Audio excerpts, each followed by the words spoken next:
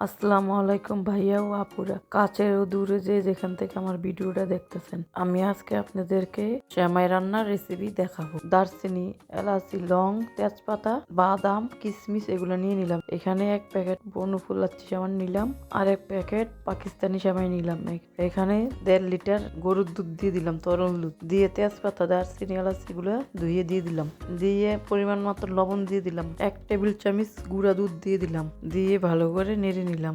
চামচ দিয়ে 3 চামচ চিনি দিয়ে দিলাম, দিয়ে ভালো করে নেড়ে এখন দুধটাকে ভালো করে কয়েক মিনিট জাল দিয়ে নেব। পাকিস্তানি সেমাই অর্ধেকটা দিয়ে দিলাম, দিয়ে ভালো করে নেড়ে এখন উপর দিয়ে লাচ্ছি সেমাইটা দিয়ে দিলাম। পাকিস্তানিটা অর্ধেক দিচ্ছি আর লাচ্ছি সেমাই পুরাটা দিয়ে দিলাম, দিয়ে ভালো করে নেড়ে নিলাম। একটা নারিকেলের অর্ধেকটা নারিকেল কুড়াইয়া নিয়ে দিয়ে দিলাম, উপর দিয়া বাদাম গুলা ভেজে ধুয়ে দিয়ে দিলাম। এখন কিশমিশ গুলা উপর দিয়ে দিয়ে দেবো, দিয়ে কয়েক মিনিটের জন্য রেখে দেবো। চুলার আঁচটা পাকিস্তানি সেমাইটা দেওয়ার পরে চুলাটা নিভিয়ে দিয়েছি। 5-6 মিনিট পরে ফিরে আসলাম, সেমাইটা হয়ে গেছে। এখন পরিবেশন করব।